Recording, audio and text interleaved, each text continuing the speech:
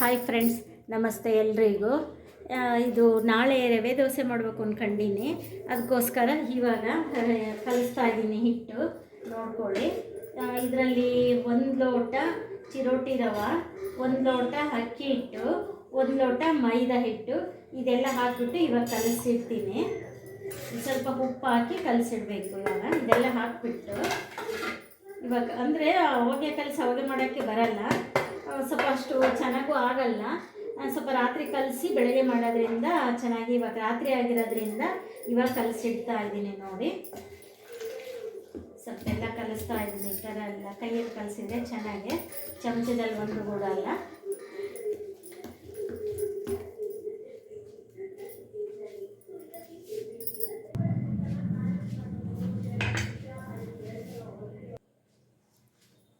ನೋಡಿ, ಈ ಥರ ಆಗಿದೆ. 3 ಸಮ ಪ್ರಮಾಣದಲ್ಲಿ ಕಲಿಸಿದ್ದೀನಿ. ಅಕ್ಕಿ ಹಿಟ್ಟು, ಮೈದಾ ಹಿಟ್ಟು, ಚಿರೋಟಿ ರವೆ. ನೋಡಿ, ಇವಾಗ ಇಷ್ಟು ಗಟ್ಟಿ ಕಲಿಸಿದ್ದೀನಿ. ಬೆಳಗ್ಗೆ ಸ್ವಲ್ಪ ನೀರು ಹಾಕ್ಕೋಬೇಕು, ಮಸಾಲೆ ಹಾಕ್ಕೋಬೇಕು, ಈರುಳ್ಳಿ ಮೆಣಸಿನ್ಕಾಯಿ ಎಲ್ಲ, ಉಪ್ಪು ಎಲ್ಲ ಬೆಳಗ್ಗೆನೇ ಹಾಕ್ತೀನಿ. ಕೆಲ್ಸಕ್ಕೆ ಹೋಗೋರಿಗೆಲ್ಲ ಅರ್ಜೆಂಟ್ ಇರುತ್ತಲ್ಲ, ರಾತ್ರಿ ಕಲಸಿಟ್ರೆ ಚೆನ್ನಾಗಿ ಬರ್ತವ್ರಿ ಬೆಳಗ್ಗೆ ಯಾವಾಗಲೂ ದೋಸೆ. ಏಕೆಂದರೆ ಬೆಳಗ್ಗೆ ನಾವು ಕಲಸಿ ಅವಾಗೆ ಮಾಡೋಕ್ಕೆ ಹೋದಾಗ ಬರಲ್ಲ ಒಂದೊಂದ್ಸಲ ಸರಿಗೆ. ಸಾಯಂಕಾಲ ಮಾಡಿದಾಗ ಎಷ್ಟು ಚೆನ್ನಾಗಿ ಬಂದುಬಿಟ್ಟಿರ್ತವೆ. ಅದೇ ಟೆಕ್ನಿಕ್ ಯೂಸ್ ಮಾಡಿ ನಾನು ನೋಡೋಣ ಅಂತ ಈಗ ಅದಕ್ಕೆ ಇವಾಗ ಕಲಸಿ ಇಡ್ತಾ ಇದ್ದೀನಿ. ಬೆಳಗ್ಗೆ ಚೆನ್ನಾಗಿ ಬರ್ತವೆ. ಇವಾಗ ಕಲಿಸ್ಬಿಟ್ಟು ಫ್ರಿಜ್ಜಲ್ಲಿ ಇಡಬೇಕ್ರಿ. ಬೆಳಗ್ಗೆ ತೊಗೋಬೇಕು ಮಾಡ್ಬೇಕಾರೆ. ಇವಾಗ ಫ್ರಿಜ್ನಾಗ ಇಡಬೇಕು. ನಾನು ಇವಾಗ ಫ್ರಿಜ್ನಾಗ ಇಡ್ತೀನಿ. ಹಾಯ್ ಫ್ರೆಂಡ್ಸ್, ನಮಸ್ತೆ ಎಲ್ರಿಗೂ. ಎಲ್ಲರೂ ಹೇಗಿದ್ದೀರಾ? ಚೆನ್ನಾಗಿದ್ದೀರಾ ಅನ್ಕೊತೀನಿ. ನಾನು ಚೆನ್ನಾಗಿದ್ದೀನಿ. ನಿನ್ನೆ ರಾತ್ರಿ ಇದು ರವೆ ಮೈದಾ ಹಿಟ್ಟು ಕಲಿಸಿದ್ನಲ್ಲ ರವೆ ದೋಸೆಗೆ, ಇಷ್ಟು ಗಟ್ಟಿಗಿದೆ ನೋಡಿ. ಇವಾಗ ಇನ್ನೂ ಸ್ವಲ್ಪ ನೀರು ಹಾಕ್ಕೋಬೇಕು. ಐಟಮ್ ಏನೇನು ಬೇಕು ಅಂತ ನೋಡಿ. ಇಲ್ಲೇ ಈರುಳ್ಳಿ, ಮೆಣಸಿನ್ಕಾಯಿ, ಕರಿಬೇವು, ಕೊತ್ತಂಬರಿ, ಆಮೇಲೆ ಇದು ಜೀರಿಗೆ, ಉಪ್ಪು ಇಷ್ಟು ಹಾಕ್ಬೇಕು ನೋಡಿರಿ. ಫಸ್ಟ್ ಉಪ್ಪು ಹಾಕ್ತೀನಿ, 1 ಸ್ಪೂನ್ ಉಪ್ಪು ಹಾಕ್ತೀನಿ ಫಸ್ಟು. ಆಮೇಲೆ 1 ಸ್ಪೂನ್ ಜೀರಿಗೆ ಹಾಕ್ತೀನಿ. ಆಮೇಲೆ ಇದು ಈರುಳ್ಳಿ ಹಾಕ್ತೀನಿ ನೋಡಿ. ಈರುಳ್ಳಿ, ಕೊತ್ತಂಬರಿ, ಕರಿಬೇವು, ಮೆಣಸಿನ್ಕಾಯಿ ಎಲ್ಲ ಹಾಕ್ತೀನಿ. ಕಲಿಸ್ಬಿಟ್ಟು ಇದು ಕಲಸಿ ಇನ್ನೊಂದು ಸ್ವಲ್ಪ ನೀರು ಹಾಕಬೇಕು. ಇದಕ್ಕೆ ತೆಳ್ಳಗಿರ್ಬೇಕಲ್ಲ, ಇನ್ನೊಂದು ಸ್ವಲ್ಪ ಹಾಕ್ತೀನಿ.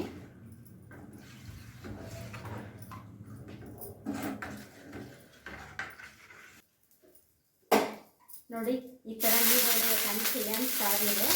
ಈಗ ಹಾಕ್ತೀನಿ ನೋಡಿರಿ. ಈ ಥರ ಇದು ಇಷ್ಟು ನೀರಾಗಿರ್ಬೇಕು. ಇದು ರವೆ ದೋಸೆ ಅಂದರೆ ಸ್ವಲ್ಪ ನೀರಾಗಿರ್ಬೇಕು, ಇಷ್ಟು ನೀರು ಇರಬೇಕು. ಈಗ ಹಾಕ್ತೀನಿ ನೋಡಿ ದೋಸೆ. ಇದು ಹಂಚು ಕೈಯಾಗಿ ಇಟ್ಕೋಬೇಕು ಯಾವಾಗಲೂ. ಈ ಥರ ಹಾಕಬೇಕು.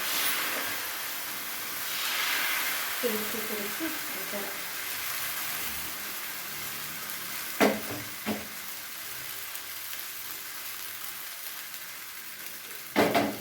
ಈ ಥರ ಹಾಕಬೇಕು. ನೆಕ್ಸ್ಟು ಸ್ವಲ್ಪ ಇದಾದ್ಮೇಲೆ ಸುತ್ತಲೂ ಎಣ್ಣೆ ಹಾಕಬೇಕು.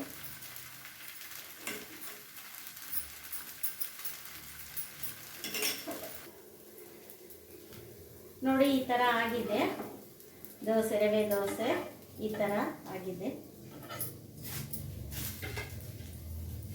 ಇನ್ನೊಂದು ಹಾಕ್ತೀನಿ, ನೋಡ್ಕೊಳ್ಳಿ.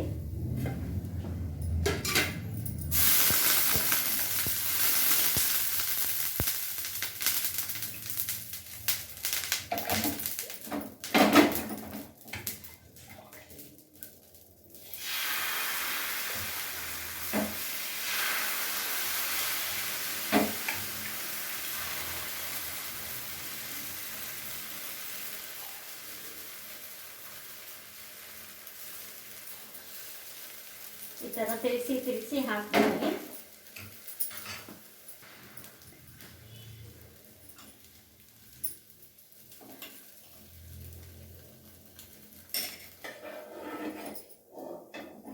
ನೋಡಿ, ಈ ಥರ ಆಗಿದೆ ದೋಸೆ.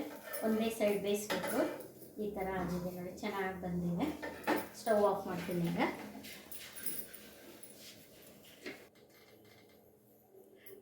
ನೋಡಿ ಫ್ರೆಂಡ್ಸ್, ಈ ಥರ ನೀವು ಮಾಡಿಕೊಂಡು ಟೇಸ್ಟ್ ಮಾಡಿ ಹೇಗಿದೆ ಅಂತ ಕಮೆಂಟ್ ಬಾಕ್ಸಲ್ಲಿ ಹಾಕಿ.